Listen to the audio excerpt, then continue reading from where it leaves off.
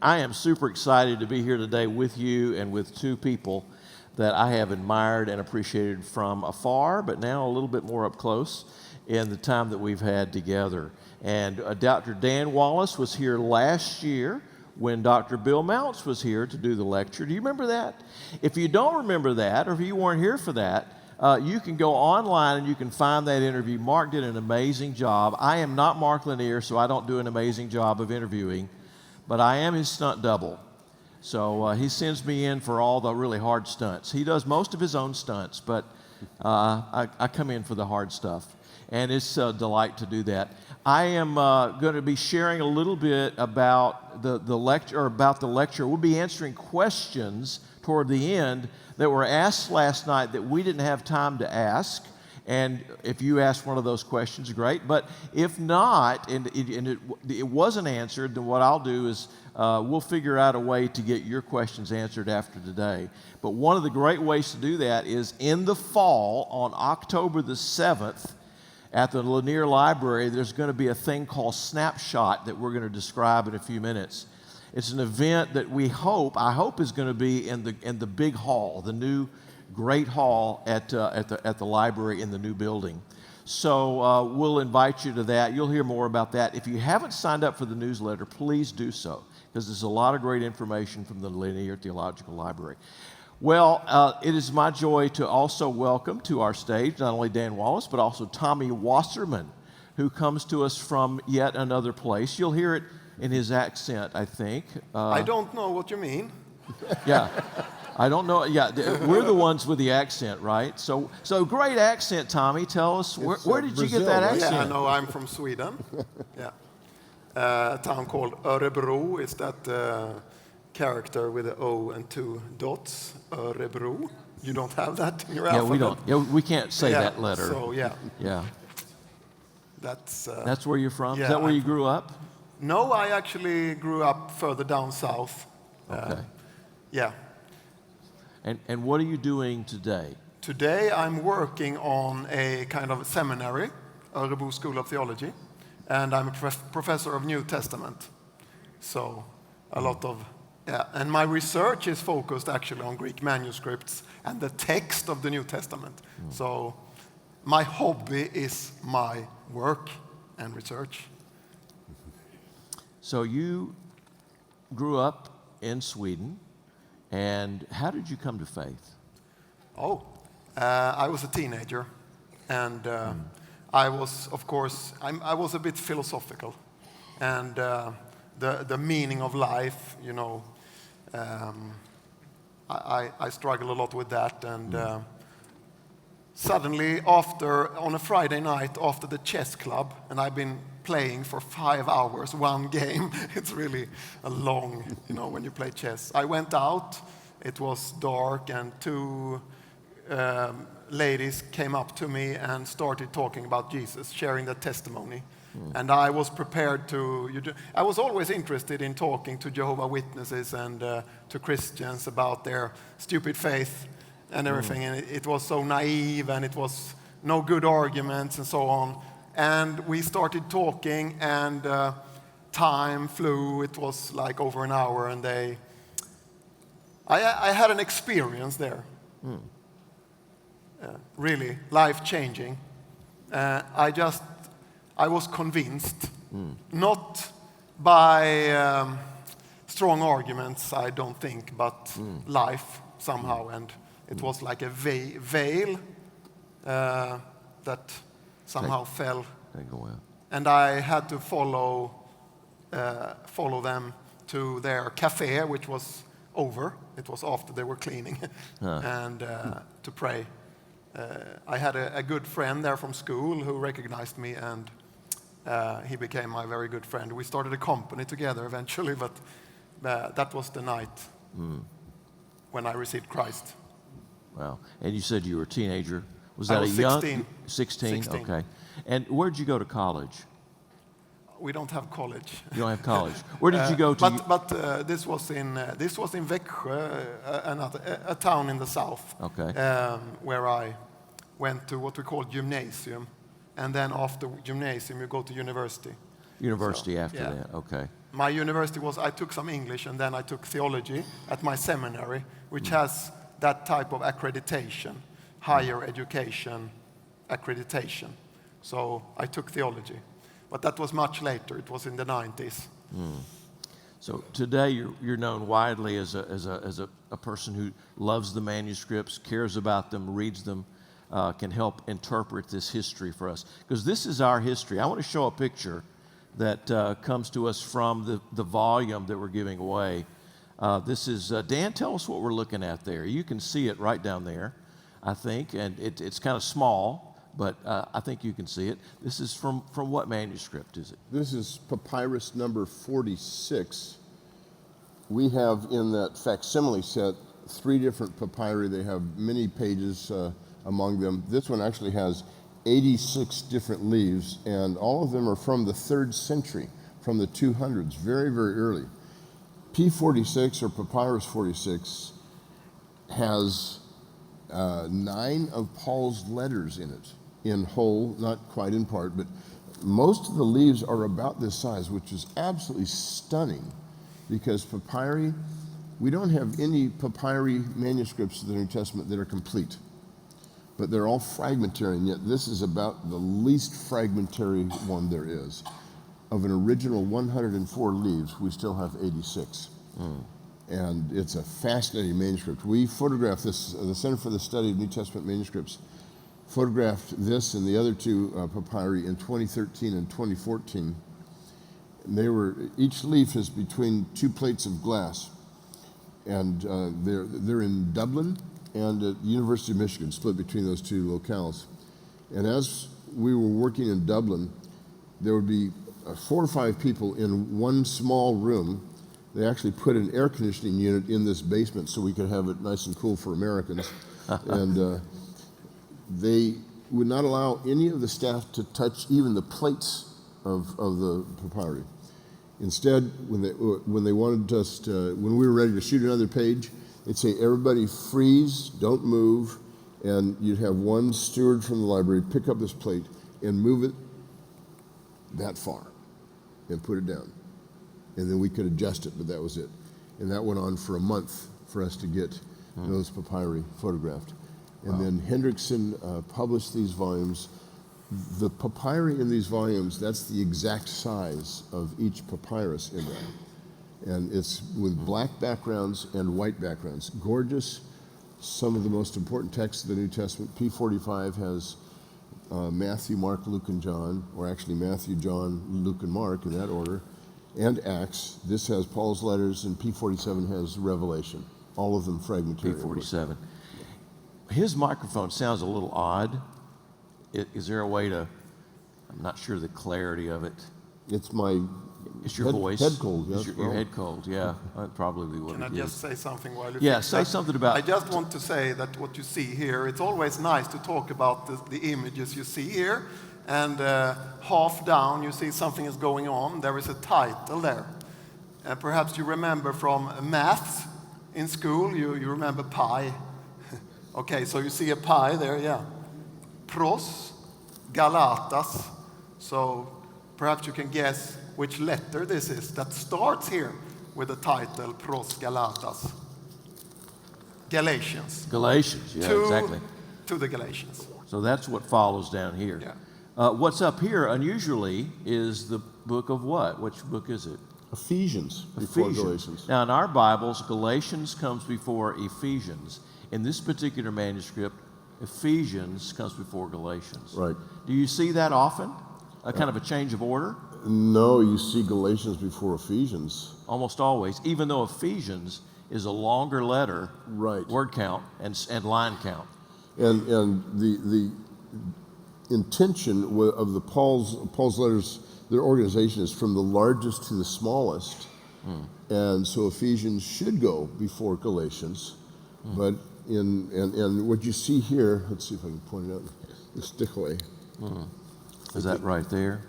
Yeah. Stichoi, yeah. So that's telling the reader how many lines of text the scribe wrote because they got paid by the line. And there are more stichoi, more lines for Ephesians than Galatians. But I'm not sure the reason why it switched to Galatians to Ephesians. And of course, we look at this and say, well, that scribe, he got it wrong. Well, this is the earliest copy we have of Galatians and Ephesians in the world. Maybe all the rest of us got it wrong. It could well be. Well, the Bibles that we have today, the ones that we treasure, the ones that are on our phones, the ones that in our living rooms or on our desks, those Bibles came to us after New Testaments, after 1,400 years roughly of being hand copied. That's a long time to be hand copied. And so there were a lot of people involved in that. There were a lot of scribes, a lot of writers, a lot of readers were involved in that. And I want to talk a little bit about, through some PowerPoints, about what we're going to see here in relationship to the, let's see, for some reason that's not showing up. There we go. Okay, here we go. We're back to that main screen. Hopefully, we'll show it at the very end if you'd like to capture it, but I think we're going to announce the winner at 10:30, right, at the very end. Very good, Todd. All right, and now, I'm sorry, I didn't ask your permission to show this. You don't have it. I don't have my permission? Okay. Let me go to the next slide and go back. No, go back. That's okay. Dan runs a very prestigious and important center for the study of New Testament manuscripts. Dan, what's the point of what you're doing? You started this, and now you're the CEO of it. What are you trying to do? We started in 2002.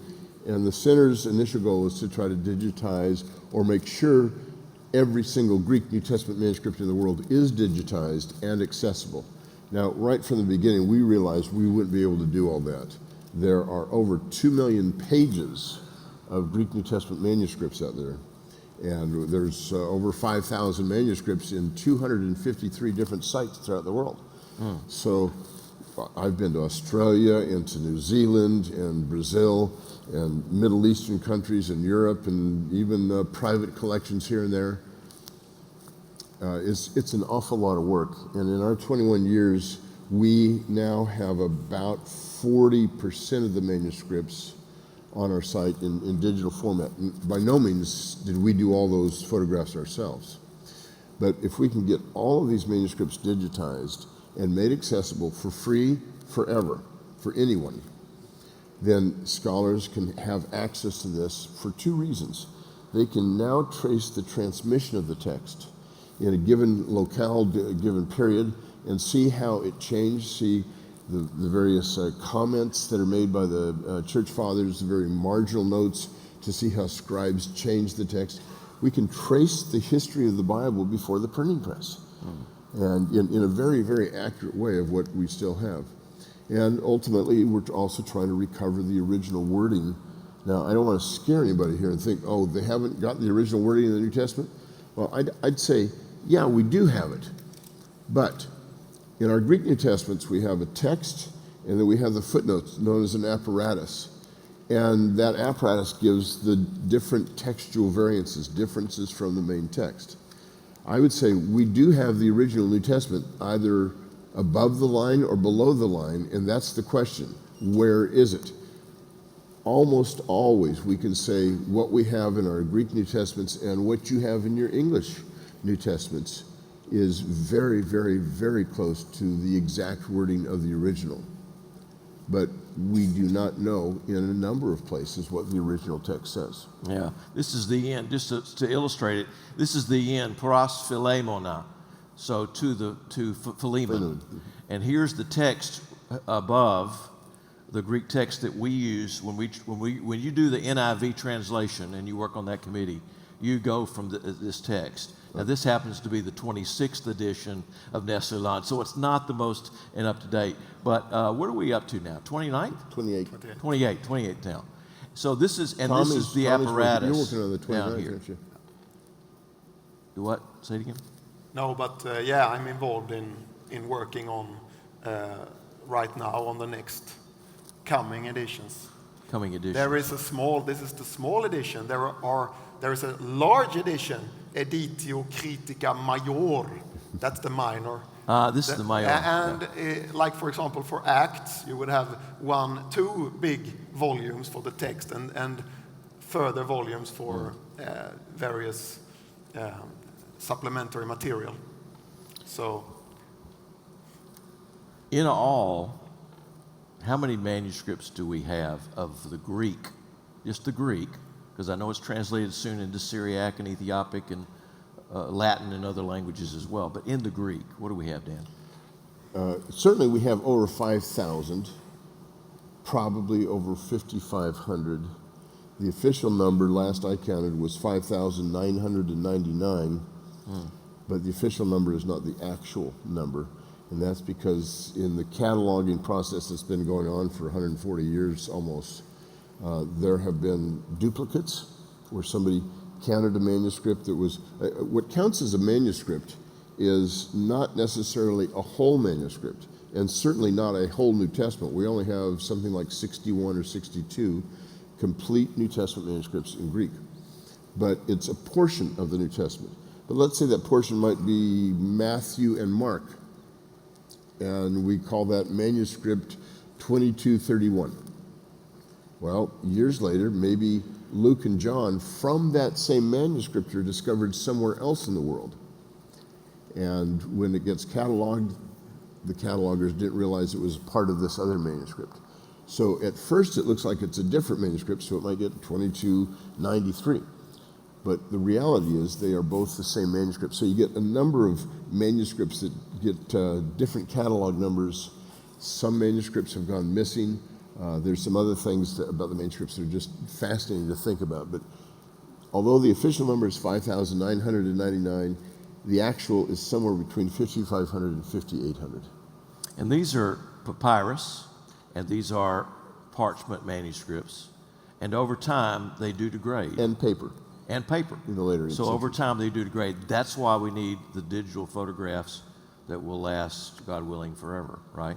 Let's just comment on a few of these. I've got a few images of manuscripts.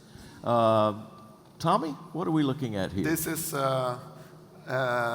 it's called Papyrus 52 in the list of New Testament manuscripts. These manuscripts also have another designation. In this case, this is in the library in Britain, Ryland's library, and it has a shelf number in that library. I think it's Ryland's 457 or something. It's 451, I think. 451, possibly. So, but we know it as Papyrus 52, and it's very small, and it's a fragment from John 18. And we can say that this fragment is part of a book, a codex. It's not a roll or a scroll. And how can we know this? Do we have any Sherlock Holmes here? How can we be positive? We can even say how many pages roughly it would take to copy the Gospel of John in this manuscript. We can say what we're missing. How is that possible? You? I can't hear what he's saying, but probably you're right. 10 points. No. It's written on both sides. I can't. Yeah, I couldn't hear. Did you say that? I just said how tight it would roll. Okay. This papyrus manuscript is written on both sides. So you have some verses from John 18 here, and on the other side you have other verses. And then you can reconstruct the actual page if you're Sherlock Holmes or manuscript researcher. Yeah, So, like You yourself. were right, it is 457, sorry. 457, yeah. Yeah. I didn't want to say it. But So this is a papyrus manuscript that is very old. I have seen some that are younger than this that are very dark.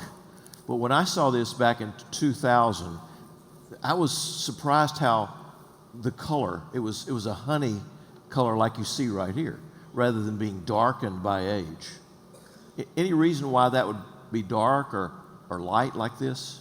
Is there any thoughts about that? The darkness could be due to a number of factors, but one of them is actually the processing by which the papyri were made, where they soak them in water, and the longer they soak it, the darker it gets. So we don't have a lot of evidence on this, but it suggests that those manuscripts that are actually darker were valued a bit more. It's like wine. If you age it for 10 years, it's going to cost a whole lot more than if you wine it for 3 hours. So That won't be wine. Yeah. But, Yeah. this is a Baptist church. Baptist church, yeah. If you age your grape juice for 10 years, Yeah. Can we date this with any accuracy? It's good that you ask. So first, when this was published, I can't remember really, I wasn't born when it was published, when it was made known to the world, but there were some scholars actually that were dating the Gospel of John very late. They wanted to date it really late. But when this papyrus came out, it was dated to around, in the 2nd century, we can say 125 plus minus 50 or so.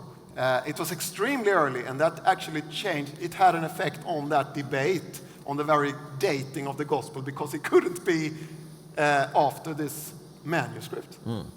But in recent decades, there is a trend to be more cautious because it has no date on it stamped. This is called paleography. Paleography, when you try to date and look at the hand, you know the development of the Greek, different styles and hands, and you have a lot of manuscripts to compare with, and you try your best to date it. If you don't have an archaeological context, and in this case there was no such context, so the trend in more recent decades is to be more cautious and maybe have an interval of in a century, in 100 years. And I would say that it's dated 150 plus minus 50 is my opinion. So 2nd century then. Yes, it's the 2nd century, So, and we have about 6 manuscripts from the 2nd century, which is really impressive. Yeah, and the majority of New Testament texts are written in the 1st century, between 50 and about 100. you're talking about the originals. Talking about the originals, Yeah. originals. So we're not that far from the Exactly. original with this. Exactly. Right. We don't have the original copies. They're called autographa or autographs. We don't have them. So how, if we had one of those, how would we know it? That was one of Mel's questions. Yeah. If we had an autograph. I have something to say, but you can start. Okay. Dan, what do you think? Well, first of all, the New Testament documents would have been written on scrolls rather than a codex. And so if you think you have an original manuscript but it's on a codex, that is immediately ruled out. It would be on a roll, and on the roll or the scroll, the lines are following the horizontal fibers of the papyrus on the inside of the papyrus, because you have diagonal strips of papyrus on the outside. They hammer it together, it naturally adheres. And so those are vertical fibers on the outside, which are very difficult to write along. They would write on the inside of these rolls. The second thing I would look for, and we don't have New Testament manuscripts on rolls except for just a few that are on the backside of something else that was already used for some other purpose. Second thing I would look for is a different hand at the end of the manuscript, and probably a larger handwriting. Paul says in Galatians 6, see what big letters I'm writing with. I don't think that was due to his eyesight when he was blinded on the road to Damascus. I think it was because he took the pen from his secretary and appended a note. He does say in 2 Thessalonians 3:17, I conclude all my letters. I, Paul, am writing this. It was a way for him to authenticate it. And we see Just like we sign a letter today, right. that we're sending with our own hand, regardless of who generated it Right. at that point. And so you would expect to see a different handwriting towards the end. I think you'd also expect to see a very even number of smudges throughout. Smudges, wax drippings perhaps because of the candles while they're, or other oil lamps perhaps, where they're getting, they're working through the manuscript. Copyists are not just selecting verses, they want to copy the whole manuscript. And on the outside, I'd expect it to be pretty rough and smudgy because how many times it had been handled. The New Testament is quite different from the other ancient Greek literature in that if you have Plato and you have Plato's Republic, that's going to last for hundreds of years because it's not going to be the lifeblood of your church and of what it means to be a Christian. Yeah, you want to drag Plato off the shelf and read it, but you get Paul's letter to the Romans and you're an early Christian. you're going to want to know exactly what he says. You go to Rome, you say, I know you guys got a letter from Paul. Let's get that copied. I want to have that back for my church. Those things got copied and recopied and handled and rehandled until after a certain point, several decades later, they're all just turned to dust, I suspect. Yeah. Take a look at, this is one of my early Greek New Testaments, and we get a chance to see that the back has come off of it because I've used it so much, and then their pages are starting to get raggedy, and some of them are gone missing. And that's just what happens when you use a book, right? Whether it's papyrus or modern book. Yeah. 26th edition. Can I add something to the reply? Do you remember when we looked at the other page from Paul's letter to the Galatians? There was a title. This particular manuscript, which has so many of Paul's letters, it comes from a collection. But Paul didn't write the collection. He wrote single letters. So we know that they did not look like this. If you have these traits coming from a collection, it comes from a later stage, so to speak. Do you understand? Yeah. Similarly, in this case with a scrap from John, there are actually some abbreviations of some holy names. I can't remember exactly, but probably Jesus. It's abbreviated with a iota. We'll actually look at some of those here in a minute. Yeah. So, and it's very difficult to, we can exclude it, that the New Testament authors all came together and decided, let's abbreviate all these holy names all at once. In the same way, pretty much, or similar But way. in our surviving manuscripts, which are from the 2nd century, very probably, and onwards, it's almost a universal feature that some of these divine names first, and then it's growing, this group. Even human, anthropos, is eventually abbreviated, and Israel and so on. It's a universal feature, and probably it derives from some later stage, but an early stage, but yet that spread as a scribal convention. The Christians had a book culture, actually, and one very interesting feature in one of the oldest manuscripts, and it occurs in several, but Papyrus 75, is when they wrote stavros, which means cross, or the related verb, crucify. It had the tau and the rho. I don't know if you know the Greek rho. It looks like a P, an American P. They did it like a symbol of Christ crucified. It's a visual.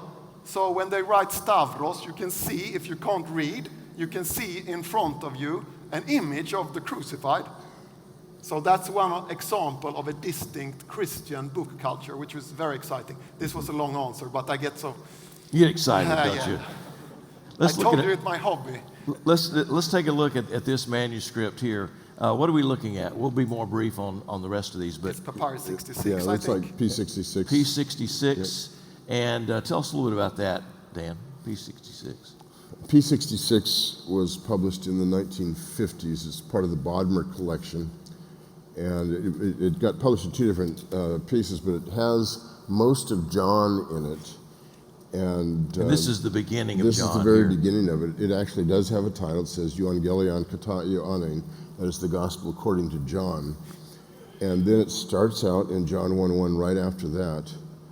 There's been there's many significance to P66, one of our very earliest Gospel manuscripts of John, and one of the two earliest manuscripts that actually have a title at the beginning of the Gospel. It has at John 1:1 a verse that you may have never heard before if you've been listening to Dan Brown and the Da Vinci Code. Or others, certain Muslims will say this, they'll say, Emperor Constantine invented the deity of Christ. And in fact, the book that Dan Brown was basing his Da Vinci Code on was a book where they said there are no manuscripts before the 4th century, which was really amazing to say that.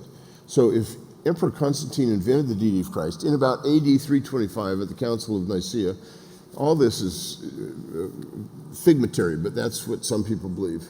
then how do you explain John 1:1 in P66, a manuscript that is earlier than that date? It may be as much as 100 years early, but again, it's difficult to date these manuscripts. So if you will, read along with me at John 1:1. And it says, in halagas, kai halagas in proston theon, kai theos in halagas. You all catch that? Yeah. It's in the beginning was the Word, and the Word was with God, and the Word was God. Every single manuscript that we have on John 1 says the same thing with reference to who Jesus is. Now, there are some minor little variants in there, but every one of them calls him God. Regardless of the date, regardless of the locale, Jesus is called God long before Constantine invented the deity of Christ. Now, that's just one thing from P66. It's not the whole thing. It's not even the most important thing. But for us to know that what we believe about the Bible today, what we have in our hands today is in all essential respects what the apostles and their associates wrote back then. That's the point. That's the point, yeah. At the same time, Let's come back to the this scribe was a bit sloppy and corrected himself time and time again. And there are corrections in the text, and sometimes an arrow in the margin with some verse he forgot. It wasn't a verse, but some even long sentences and so on. And that just also speaks, when we think about the New Testament or the Bible, that it did not fall down from the sky. It was given to humans who wrote it down, and it was copied by humans who might have fallen asleep or might have skipped a whole line because the eye couldn't follow, and or repeated themselves and so on. So this is how we got the New Testament books, which is good to know. So we are educated, and we try to do research as historians, actually.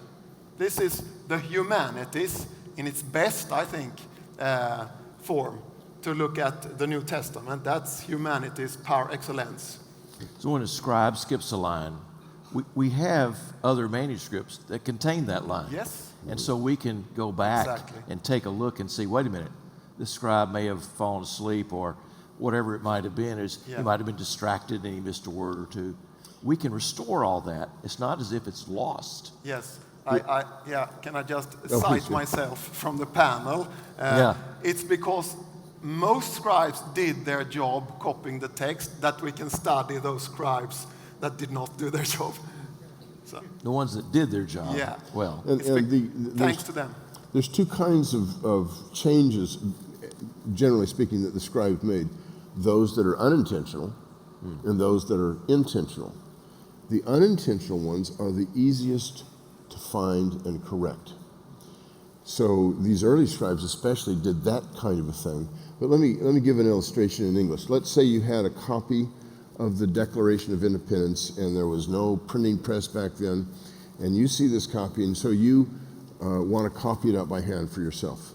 And you see in the preamble to the Constitution, it says, "We, the people of the United States, in order to form a more perfect onion." And you look at that, you say, that's a stupid mistake. He meant cucumber. No, you're not going to go in that direction. You're going to recognize what the mistake is, and it's easily fixable. The problem sometimes is that a mistake that a scribe thinks is a mistake is actually what the original text said. It's not going to be something like that. But then they change it because they think the last scribe got it wrong. And so it'll compound more errors. And that especially happens when you look at Matthew, Mark, and Luke, the synoptic gospels, where scribes tended to harmonize one gospel with another. And if they see Mark doesn't harmonize, doesn't say the same words the same way, looks like it's a discrepancy with Matthew, he may change the text of Mark thinking the last scribe got it wrong. I must just tell a funny thing from a manuscript because they're so fascinating. It's one of the most important manuscripts. We talked about it the other day, Codex Vaticanus. I consider it the best, a top-notch quality. we're going to see that in a minute. But in the beginning of Hebrews, there is a correction. Someone corrected the text.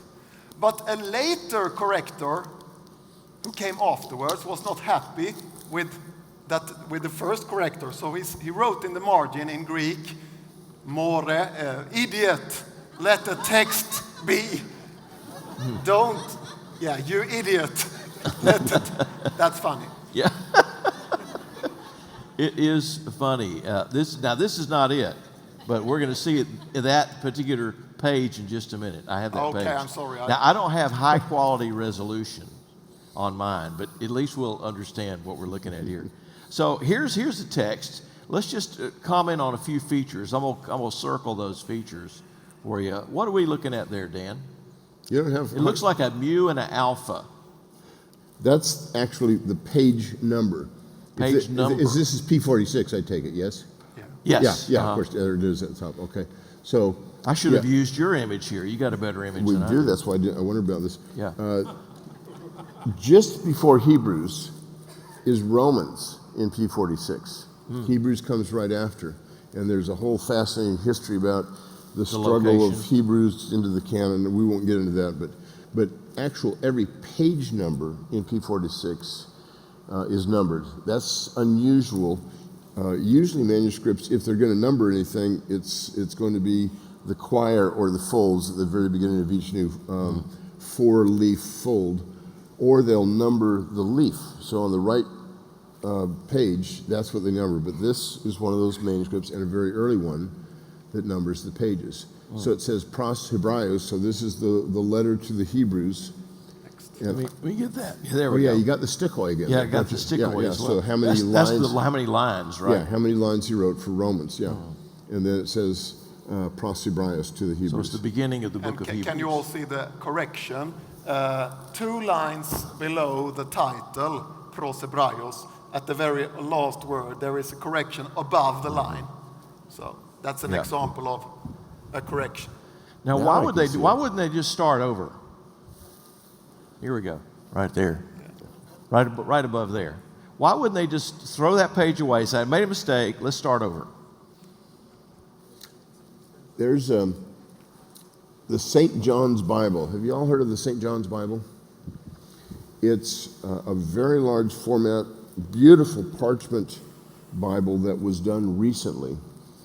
And I saw it by hand. By hand, Okay. and with modern art. It's the Revised Standard Version, but on a large format and done by hand, just like the ancient scribes did. So I saw it in Minnesota while it was being produced, and I looked through a few of the pages and noticed that there was an error in the margin. Well, it was corrected in the margin, like we have here. And you would think, with the kinds of money we have today, the importance of what they were going to do with this, of make many copies, sell them, they would just take that out and start over. The problem is, it's not just that one page where there's a mistake. It's that page that is connected to another page. It's a bifolio. So you're dealing with 4 pages, and if you make a mistake on one, are you going to throw out that whole bifolio, all 4 of those leaves? So it's both a time saver and a recognition that scribes made mistakes. But this material is expensive too, right? I mean, this is not as expensive as parchment, which is animal skin, but this is expensive. It's not like a piece of paper that we pull out of the copy to write on. And writing this is a slow process. Because and it's expensive to write well. To write well. You have to make your own the stylus, which is the writing instrument. You make your own ink, and all of that just takes time. So when mistakes were made or words were left out, as in this case, it seems. Yeah, it was. Then you just write above the line or write beside the line. Yeah. So let's see. I think is there one other feature here I'm going to take out? Okay. Here's another manuscript. I don't remember which one this is. I'm sorry. You guys can probably recognize it. But I want to look at certain features of this. Da da da da da da da da da da da da da da da. Okay. It could be probably 66. It's hard to tell. Okay. I'm not sure exactly, but I want to look at that feature right there. That looks like an I and a C, and there's a line above it. That's what Dan was talking about earlier, right? And there's another one. There's a kappa or a K and an E and a line above it. And then there's another sort of I and a C, iota and a sigma with a line above it. And then there's a pi, a nu, and iota. It looks like the symbol for pi, 3.14159, whatever, followed by N and then I. So Dan, what are we looking at there? There's another one. Yeah. This one here. Oh, wait a minute. Yeah, there's another couple ones. It's a correction. A correction. I don't think I have that one flagged. Uh-oh, I'm unflagging. Sorry, there we go. I meant even the correction down lower. Yeah, there's a correction there. Well, yeah, nevertheless. So what are we looking at? These are not words. Those are not words. No. Notice the bar above them. That tells the reader that this is not what you read. Don't read this as a word. Instead, what it is an abbreviation. And the first one is an abbreviation for Jesus. The next one for Lord. Then you have Jesus again. Then you have the Spirit.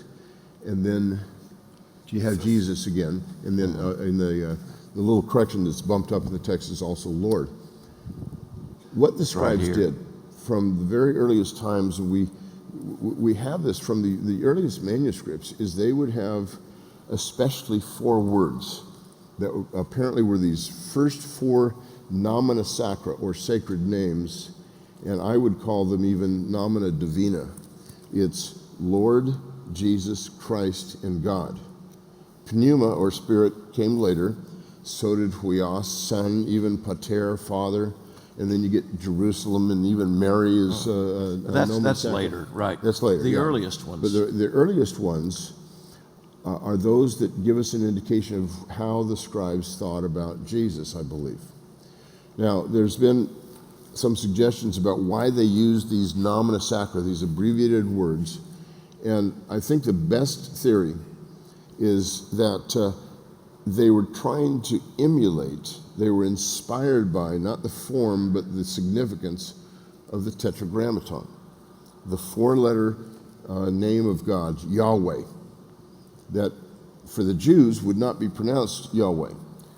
Those 4 letters, Hebrew is a consonantal text, it doesn't have vowels.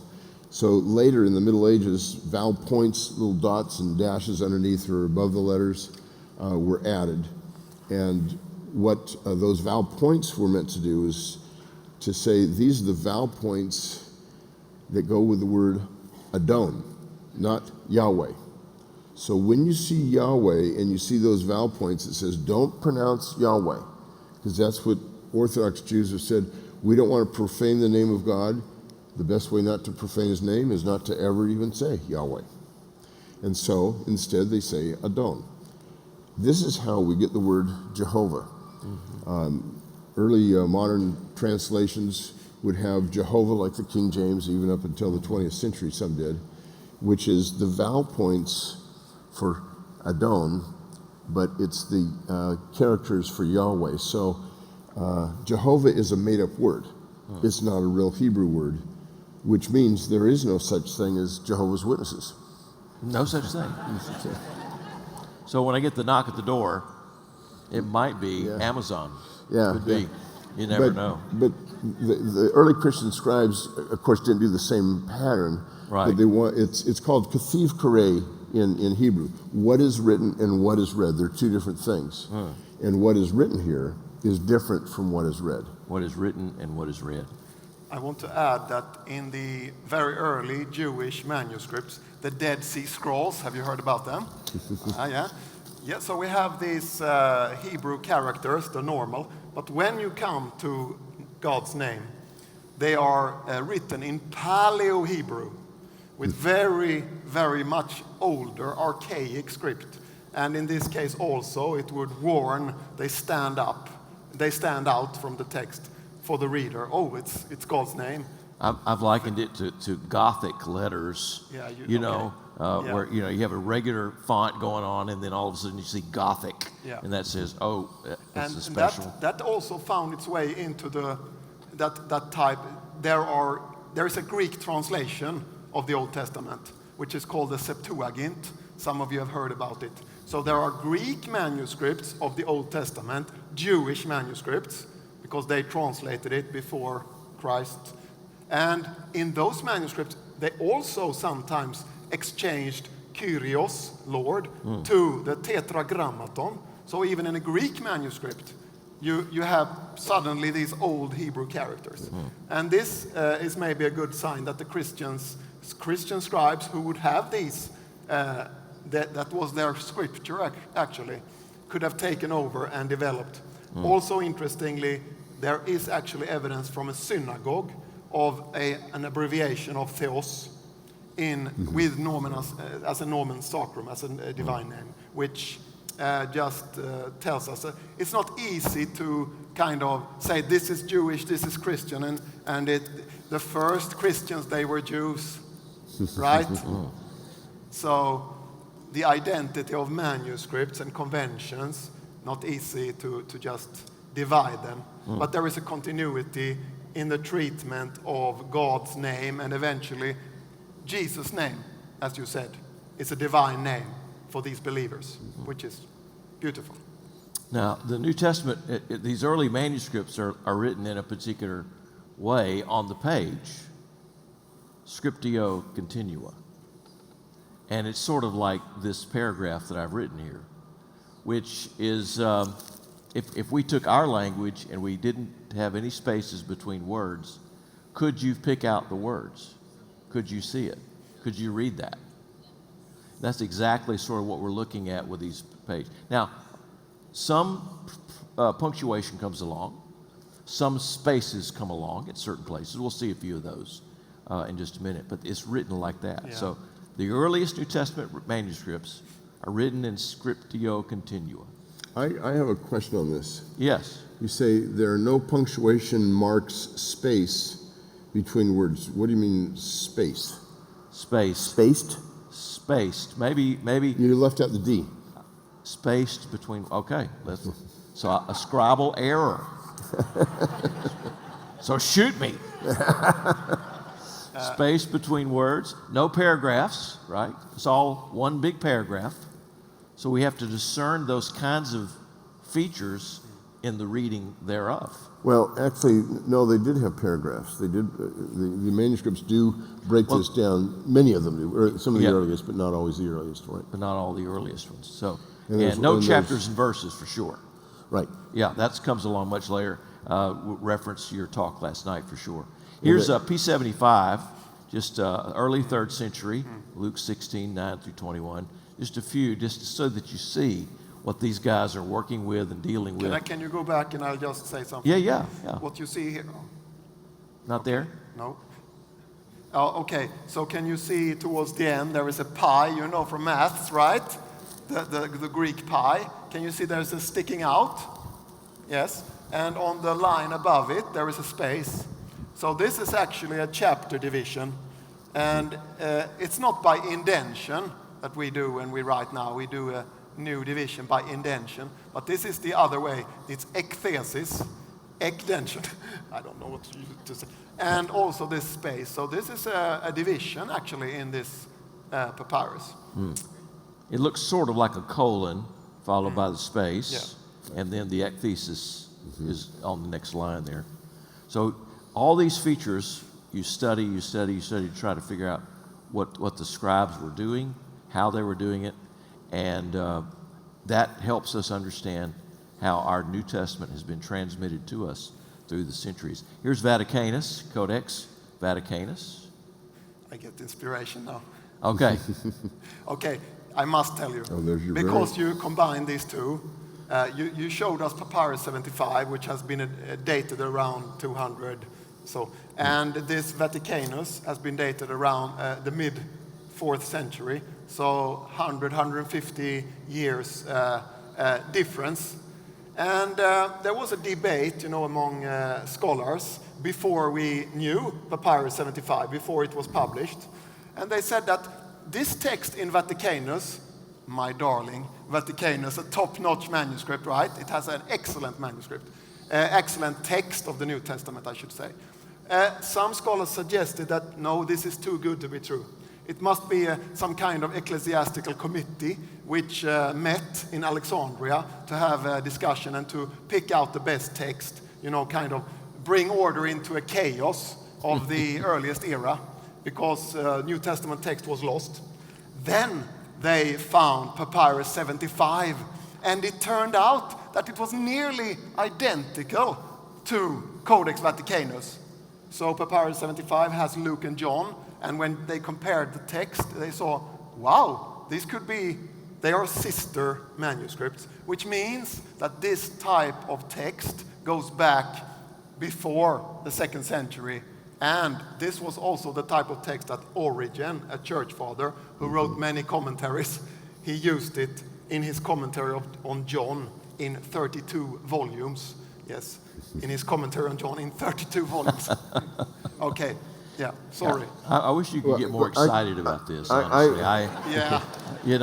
This is dull stuff. So, I wish you could get excited about it. Let me add here, too, that as far as we can tell, P75 is not the ancestor of Vaticanus, because it's got some readings that are significantly later. There are obvious additions that are not found in Vaticanus. Oh, okay. So even though it's 100, 150 years earlier than Vaticanus, both of them point to an even earlier stratum, and it was not in any kind of an ecclesiastical committee, as Tommy said. This is just a pure line of transmission. Wasn't a Catholic conspiracy, in other words. Yeah, right. Yeah, we don't worry about that. Yeah. All right, Vaticanus here very quickly. What is that thing, the circle thing? I've already said it because I didn't know this this question beforehand. But you have the note about the fool who changed the text. Right here. Yeah. It starts with more, and you have the American word moron. It comes from this. More. Moron. Don't. Moron. Yeah. Yes. Now, down here we have a feature that's kind of interesting. It says circle. Yeah, that's modern. A stamp from the Vatican Library. So it's an owner stamp from the Vatican Library. The owner stamp, okay. There's another feature there. You see the dots on the left of the center column? Yeah, that's indicating it's quotation from the Old Testament. Says, okay, we're quoting the Old Testament. Right. We have ways of doing that today in our modern Bibles. Right. And this says what, gentlemen? Right here. Pros Thessalonicis, beta, so it's 2 Thessalonians. Hebrews comes after 2 Thessalonians in this. It's called a subscription. So right. They not only had titles, and the titles is cut. You have cut it, David. It's kind of cut off up there. But they had subscriptions after a writing. They had a title of the book, which had been. So that is at the end of the Thessalonians, 2 Thessalonians.